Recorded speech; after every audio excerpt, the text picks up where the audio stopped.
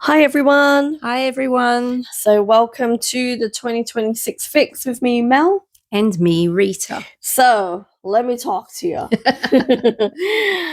Okay, so yeah, our topic today that we were thinking about was talking about imposter syndrome. Yep. Okay, we all suffer from it, whether we like to admit it or not.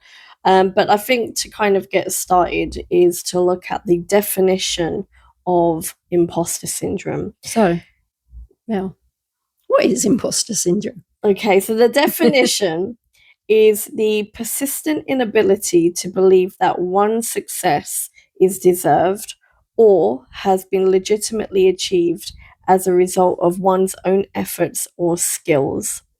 So it also says, in addition to that, people suffering from imposter syndrome may be at increased risk of anxiety. So that's quite an interesting one there. Your thoughts, please, Rita? I think, as you said, I think all of us suffer from imposter syndrome in one form or another. And I think it really is when we're not very good at congratulating ourselves when we achieve something. Yeah. And I think that's even for those that come across very extroverted, that yes, they're extroverted because they're covering up that imposter syndrome that still is there. So the more that they kind of get in the limelight and the attention, then it's like it kind of boosts them up as well. So you're kind of leaning towards almost like a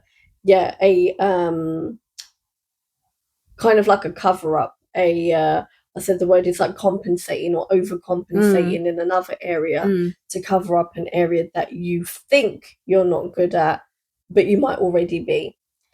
Yeah, and also looking for external validation because you think you're not good at it. Yeah. So by getting someone's external feedback of yes, you are, it kind of helps you to refigure it. If that makes sense. Or reconfigure that. Yeah, absolutely. I think with imposter syndrome, it's quite an interesting one because I think you can have imposter syndrome in all areas of life.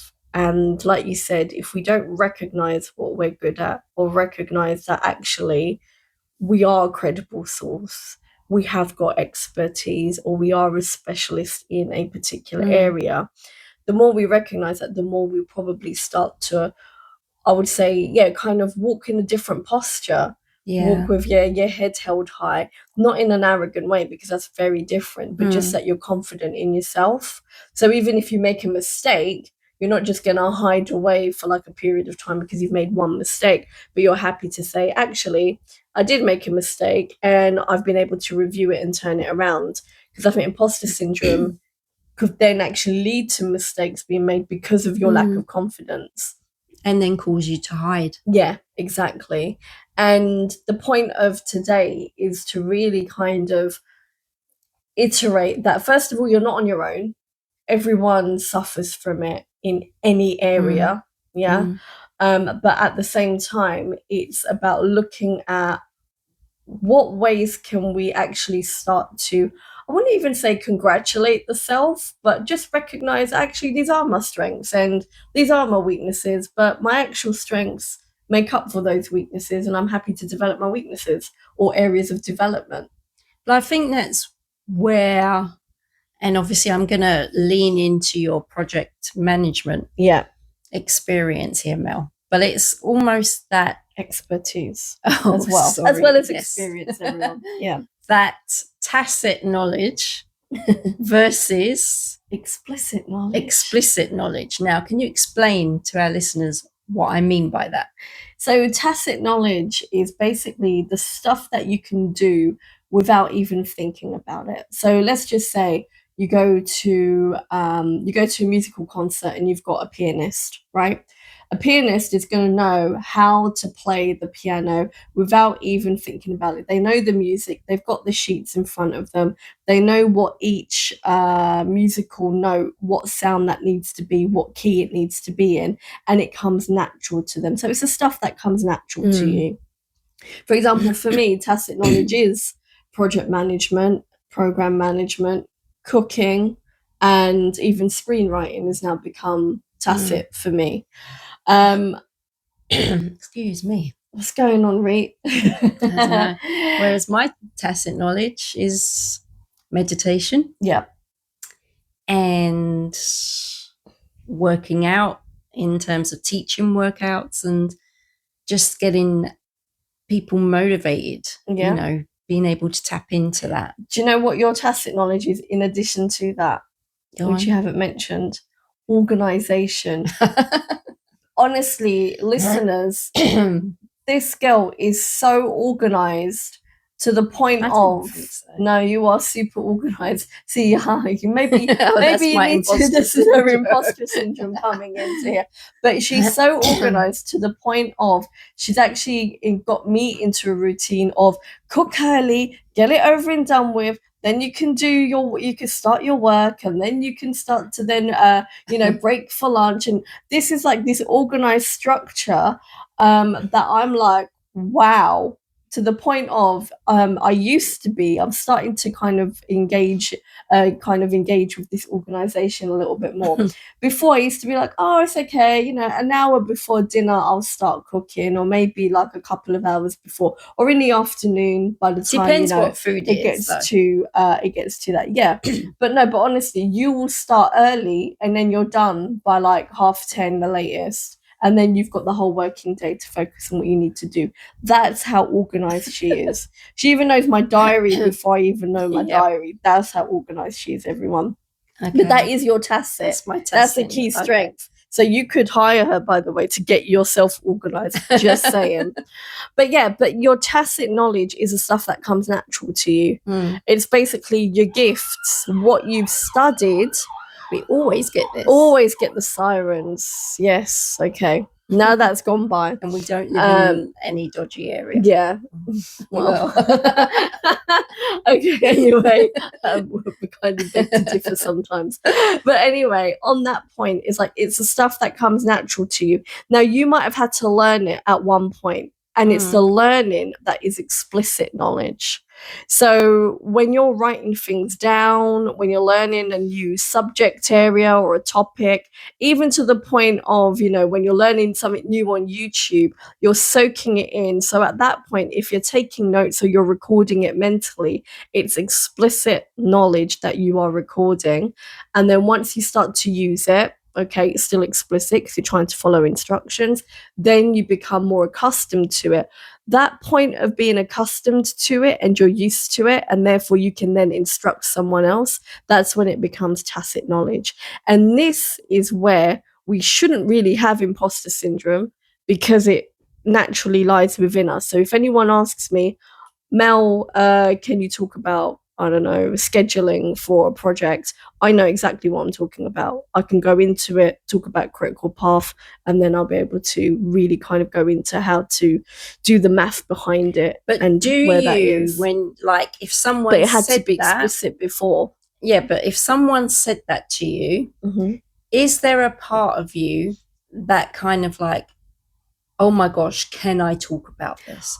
Because that's where the imposter syndrome creeps in, is that, and it's almost like what we'd spoken about when we were talking about planning and procrastination. That moment of stopping and thinking and like being, oh my gosh, am I going to be able to talk about this to so many people? Yeah. Do I know enough? There's that question mark that comes up. To me, that's the imposter syndrome, and it could be fleeting. I think that's a really good point. An actual fact, I am going to put my hand up and say I will have imposter syndrome. And you know why? Because it depends on the audience. If I've got, let's just say, a whole load of project management experts, even people that have probably written the products that I teach, to the point of those that might have, because I've got obviously 6-7 years worth of training and maybe 8 years worth of coaching within project management, right? So if I were to deliver a talk to, say, someone who had 50 years or 20, about 20 years of teaching, writing the product, etc., I would wobble, because I'll be like, if I get one thing wrong, they are going to pounce on you. And this is probably definitely where my imposter syndrome would kick in, and I might bow out in terms of delivering that. So imposter syndrome can be triggered by the audience that you're facing. 100%. Because just the prime example there, and also when you mentioned about my organizational skills, it just comes, it's my tacit knowledge. Yeah. It's just natural. And because I do a lot of it in terms of personal life, and yeah, even in my business, in the fact that I could write things in my diary appointments, I already, sorry, I'm talking about the previous stuff. Yeah, it's like I know my diary already off by heart, and I'm just writing it out of routine. Yeah. But it's because it's just so ingrained. Yeah. But until you talk about it, until there's an audience, like when Mel says you're organizational, and I'm like, no. No. That's where that question mark came up. It's like, am I? Because I'm now being confronted that with a new skill that you didn't know about. I didn't know, because it's secondhand nature, you know, it's just, that's what it is. And that is true, because even to the point of where you said about me being a filmmaker, I wobbled a bit because I said, no, screenwriter, because I know our screenplays like the back of my hand. Like I can really go into the show, tell, and structure and everything. But with filmmaking, because I've not dabbled in it for a certain amount of years, it's not that I don't know. It's not that I wouldn't be able to plan it or put the creativity into it and what it needs. But just like you, I'll be like, I'm good at that, even though I've got an award sitting on my my shelf. And even when you're reading scripts, I'm still worried about that. You see the vision of it. Yeah. And you see, well, you know, this will need that. Like, for example, when you were advising someone on their screenplay, a project that is upcoming, it's like you knew and they valued that, but it was like almost like a surprise to you. But it was coming natural to you, I'm going to jump on this call and I'm going to say this. Yeah, and I didn't have to prepare. Yeah, you led the call. It's true. Without even a flinch. But maybe there was a moment of like, okay, part of you. And I think we've hit the nail on the head. I think we have. Is imposter syndrome the question mark before we do what we're good at? Yeah. I think that's absolutely right. Is imposter syndrome the question mark? It is the question mark. It's the pause before you deliver. It's the pause because you stop and you think about it. Another example is imposter syndrome in faith. Because you could be, and this is something, actually, this is a brilliant subject because it really kind of covers all areas. You could be well versed in your spiritual book, your guidance book, let's just say, right? So whether that's Bible, Quran, Gita, whatever it is, what faith you follow, you could be well versed in the understanding. You've understood the translation of it. You've understood the background of this, where the parables and stories come from, etc. Right? But then, for me to kind of talk to you about an element of part of the book that I read, I can talk to you about it, but it's the pause before someone else of that same faith would be there, an outsider, that I would then talk about it, because I would think, oh no, what if they just tried to correct me?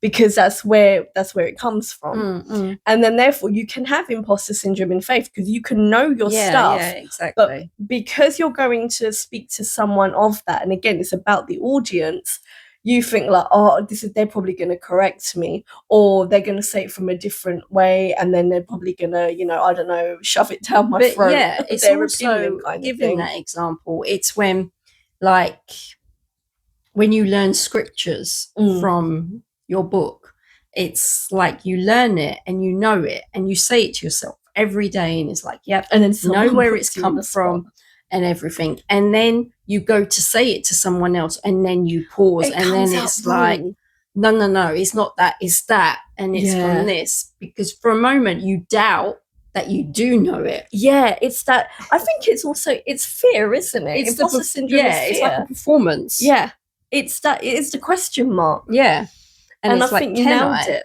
Can I do it? Can I say it? Is this right? Am I of that credible source? Did I understand it?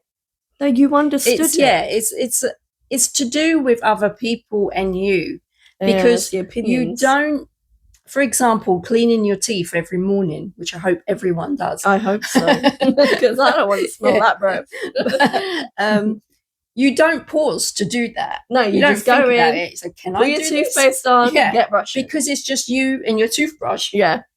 You don't think about it. You don't think about putting your slippers you're on. not putting doing a performance. Yeah. So it's about your interaction with others that brings that question mark. Do you know what? I love the fact that you brought that in about the brushing of the teeth, these natural things that we do to get up. Because I don't know about you, but I wonder how many people, you know, if you're married or whatever, and maybe like it's your, I don't know, your first month of living with your partner or whoever that you're with, and do you watch yourself and do you have imposter syndrome with what your day-to-day living is? Yeah. Do you question yourself?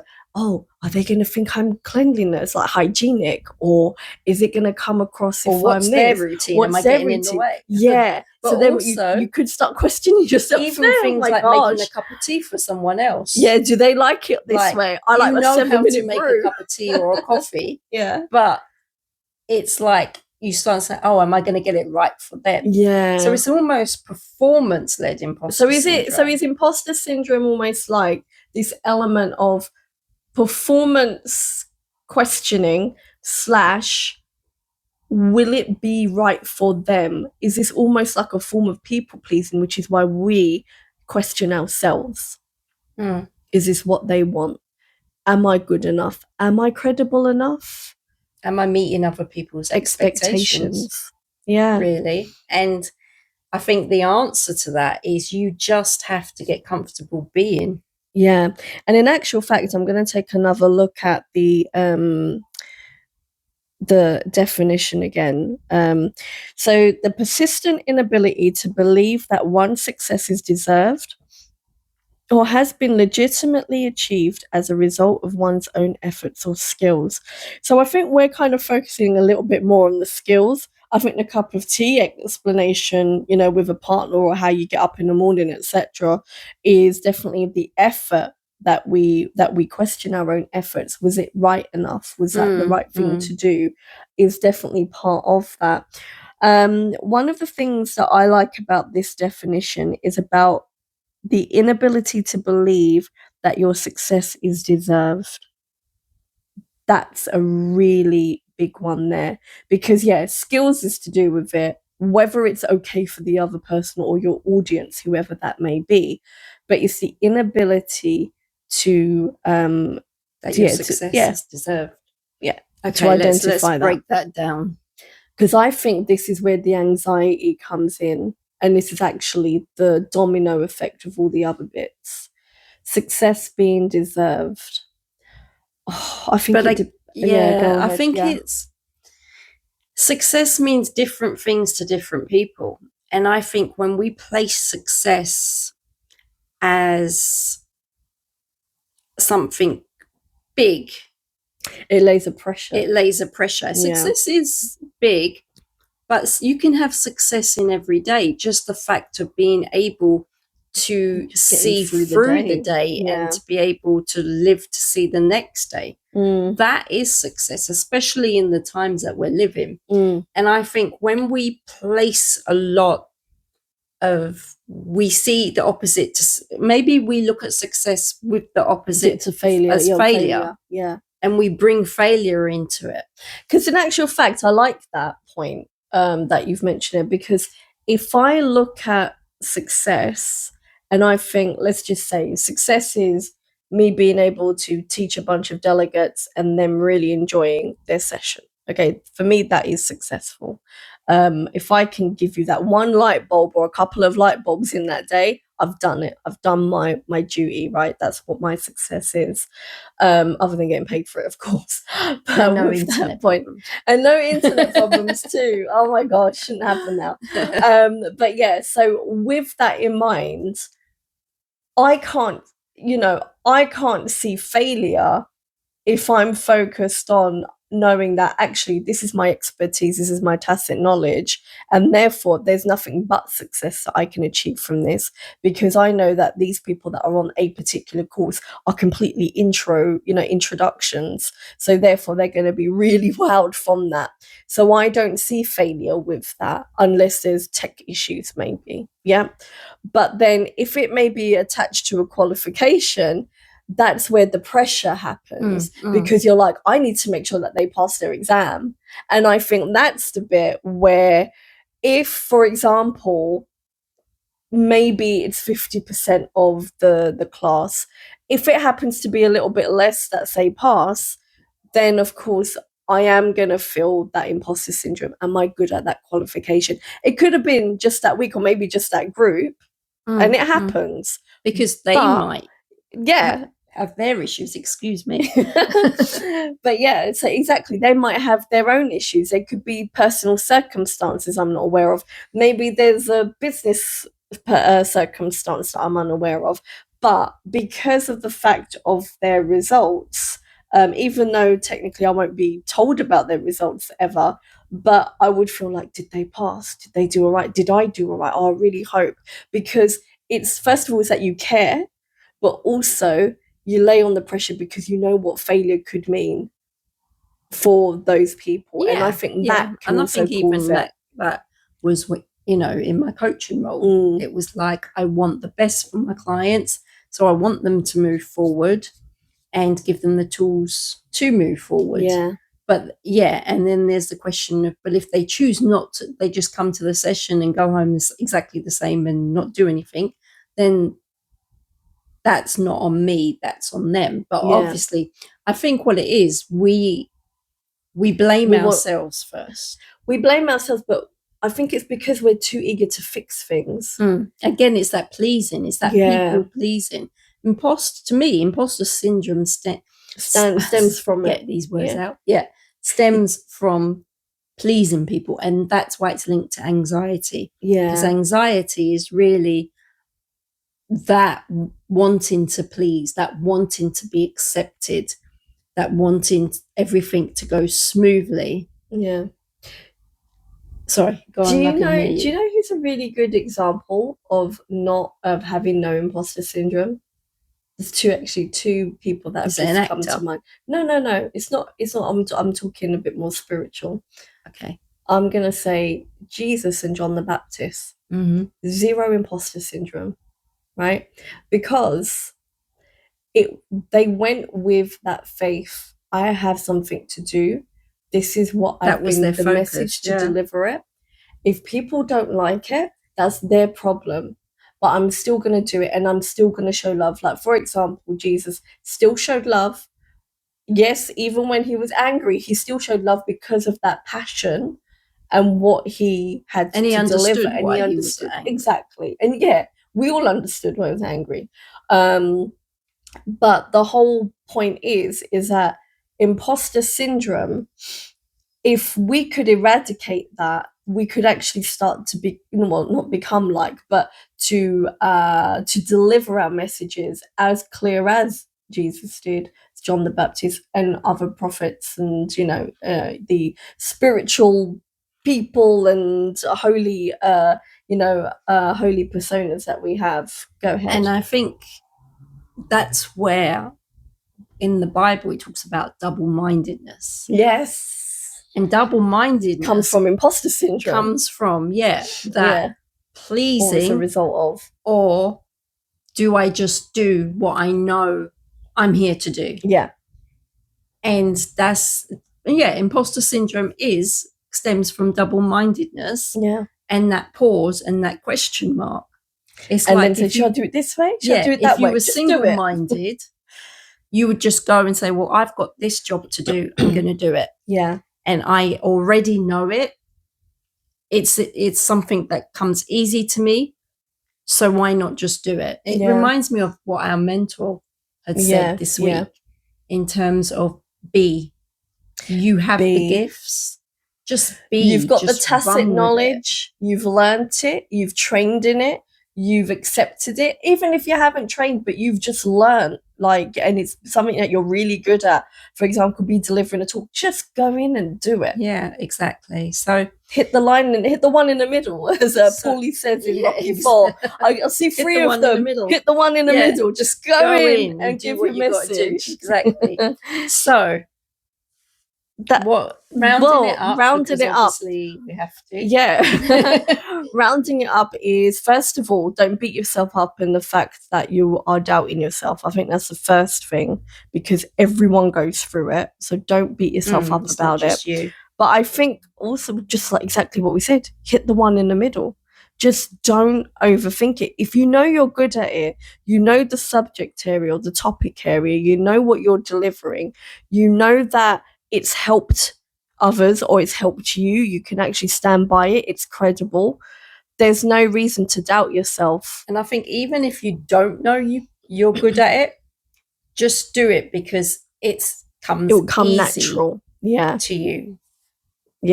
And then remember, look at imposter syndrome as just a question mark. It's just that pause. It's the question mark before you deliver. And I think that's stay in that question mark too long. It's just the pause. Breathe through it, move on. And that's it. Don't worry about your audience, because remember, you might teach them something new, because it's a different perspective. Sorry. Go for it. What comes to mind is the question mark now. Why? I'm seeing an okay. So Bollywood fans, I think you know what we mean, right? If you're watching and you've watched Bollywood, you would know that we're talking about also the question mark on a character's head in the film Judai. Okay, so we're all thinking about Paresh Rawal with a question mark on his forehead. Feel free to go and Google it. It's hilarious. But it just came to my head. She's such a visual person. Just go for it. End there before it starts to go pear-shaped. But but don't worry. Don't stress about it. Remember, like Mel said, you're not the only one. We all go through it. There's different areas of our lives. I've spoken to some mothers who question their parenting. Even if they've had a child before, they'll still be like, am I good enough? Can I do this? And cooking, can I cook this meal? I've got a recipe. What am I going to do? Things like that. Absolutely. It happens. But if you know and you've done it before, or you're new to it, and it's like, but I know this, just do it. Just do it. And you know what? The worst thing that could happen, it goes wrong. Yeah, fair enough. But you know what? You learn from it. And then you say, actually, next time round, hopefully there'll be a next time. You won't just say, no, I'm not doing that again. But when you do it again next time, you've learned a lesson. So if anything, it's always going to be an improvement. It's going to strengthen your... So it doesn't matter even if you get it wrong. It doesn't matter. You just go in and do it. It's fear. It will always appear. So in a nutshell... I didn't mean that. So in a nutshell, recognize the pause, recognize that you've got a question mark, breathe through it. Like we said, hit the one in the middle, go in and deliver that message. You'd always get an improvement, and that's okay, because you'll get strengthened through it, but just don't worry. And also, I'm just going to add to that, please recognize your success, because at the end of the day, it's hard to even get through a day sometimes. And so just recognize it. It can be small successes, medium and large. No one can tell you what's big and small. You know you recognize it. And even if you have to log it, write it down, because I think that is it's a nice reflection on how things do go well and do go your way. So that's enough from Rita. That's enough from Mel. Feel free to put your comments below. Hopefully this has helped you. Hopefully it's made you think about, actually, I am doing all right. And you know what? Don't worry about the audience. You're a specialist in whatever area you're a specialist in. And so they go need and do your it. speciality. Absolutely. Right. Mel signing out. And Rita signing out. Bye. Bye.